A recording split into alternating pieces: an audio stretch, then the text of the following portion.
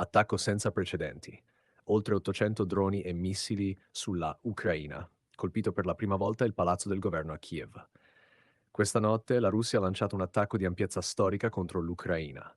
Centinaia di droni d'attacco e decoy, insieme a missili, hanno sorvolato e colpito diverse regioni del paese, con esplosioni e incendi nella capitale Kiev e in città come Kharkiv, Dnipro, Zaporizhia e Sumy.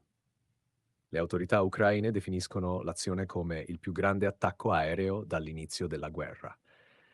Il bilancio degli attacchi è la prima volta sul palazzo del governo. Secondo il comando dell'aeronautica ucraina e le ricostruzioni dei media locali, nella notte sono stati lanciati complessivamente tra le 805 e le 823 munizioni tra droni, tra cui numerosi Shahid e Droniesca e missili, Iskander e altri, cifra che rappresenta un record dall'inizio dell'invasione. L'aviazione e le difese aeree ucraine hanno dichiarato di aver neutralizzato gran parte dell'attacco. Centinaia di droni e alcuni missili sono stati abbattuti, ma numerosi ordigni hanno comunque raggiunto obiettivi civili e militari. I numeri variano tra le fonti, ad esempio 805-823 munizioni lanciate, circa 747-751 droni e 4 missili abbattuti nei bollettini citati. Per la prima volta dall'inizio del conflitto è stato colpito il palazzo del Consiglio dei Ministri ucraino a Kiev. La premier Yulia Sviridenko ha denunciato che il tetto e i piani superiori dell'edificio sono stati danneggiati e ha pubblicato immagini delle fiamme e dei soccorsi al lavoro. I vigili del fuoco hanno estinto incendi su più edifici e le del centro sono state teatro di interventi di emergenza. Vittime, feriti e danni alle infrastrutture. Le autorità locali riportano un bilancio provvisorio di diverse vittime e decine di feriti in varie regioni. Varie regioni. A Kiev si contano almeno 2 persone uccise e una ventina di feriti secondo i servizi di emergenza. In altre aree, tra cui Dnipropetrovsk, Dnipro, Zaporizhia e Sumy, si segnalano ulteriori decessi e feriti causati da impatti diretti o da detriti. In alcuni quartieri residenziali della capitale sono crollati o sono stati gravemente danneggiati palazzi con bambini e civili coinvolti tra le vittime. Le interruzioni di corrente e i danni alle reti energetiche e ai trasporti sono stati segnalati in più città.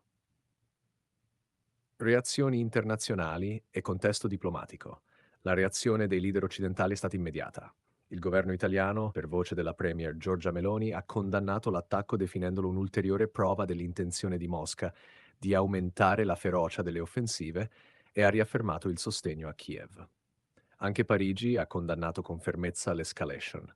Il presidente Emmanuel Macron ha parlato con Volodymyr Zelensky per esprimere solidarietà e allertare sulla necessità di continuare il sostegno diplomatico e militare. Dal canto suo il Cremlino, per voce di portavoce ufficiali, ha definito gli attacchi come operazioni rivolte contro obiettivi militari e infrastrutturali, sottolineando la difficoltà del dialogo futuro. Il fatto arriva in un momento di tentativi diplomatici internazionali. Negli ultimi giorni erano riprese iniziative per cercare una de-escalation e colloqui, compresi contatti internazionali che hanno visto coinvolto anche il presidente statunitense. Ma l'attacco notturno complica significativamente ogni prospettiva di negoziato immediato e ha fatto alzare la voce di chi chiede misure più severe contro Mosca, incluse nuove pressioni economiche e forniture di sistemi di difesa aerea a Kiev. Versioni e numeri, perché ci sono discrepanze. E nei bollettini serali le cifre sono parziali e aggiornate in maniera dinamica. Alcune fonti riportano 805 droni e 13 missili lanciati, altre parlano di 823 munizioni in totale. Analogamente il numero di abbattimenti varia, intorno ai 740-750 droni neutralizzati secondo i resoconti ufficiali. Questa disomogeneità è tipica nelle prime ore dopo attacchi così vasti e sarà chiarita da rapporti ufficiali più dettagliati nelle prossime ore. Testimonianze dai luoghi colpiti. Filmati e fotografie diffuse sui canali ufficiali e dai media mostrano fumo che sale dal palazzo del governo e dai palazzi residenziali, squadre di soccorso che scavano tra le macerie e cittadini che cercano riparo o cercano i propri cari nei rifugi. Il sindaco di Kiev e i responsabili delle amministrazioni regionali hanno descritto scene di distruzione locale e la difficoltà di far fronte contemporaneamente a più incendi e zone di intervento. Cosa succede ora? Le autorità militari ucraine continueranno le operazioni di difesa aerea e i soccorsi per le aree colpite. I governi occidentali si preparano a valutare nuove misure di sostegno, in particolare per rafforzare le difese antiaeree di Kiev e delle regioni più esposte. Sul piano diplomatico, la portata dell'attacco renderà quasi inevitabili nuove consultazioni tra partner europei, Stati Uniti e istituzioni multilaterali su ulteriori sanzioni e aiuti militari e umanitari.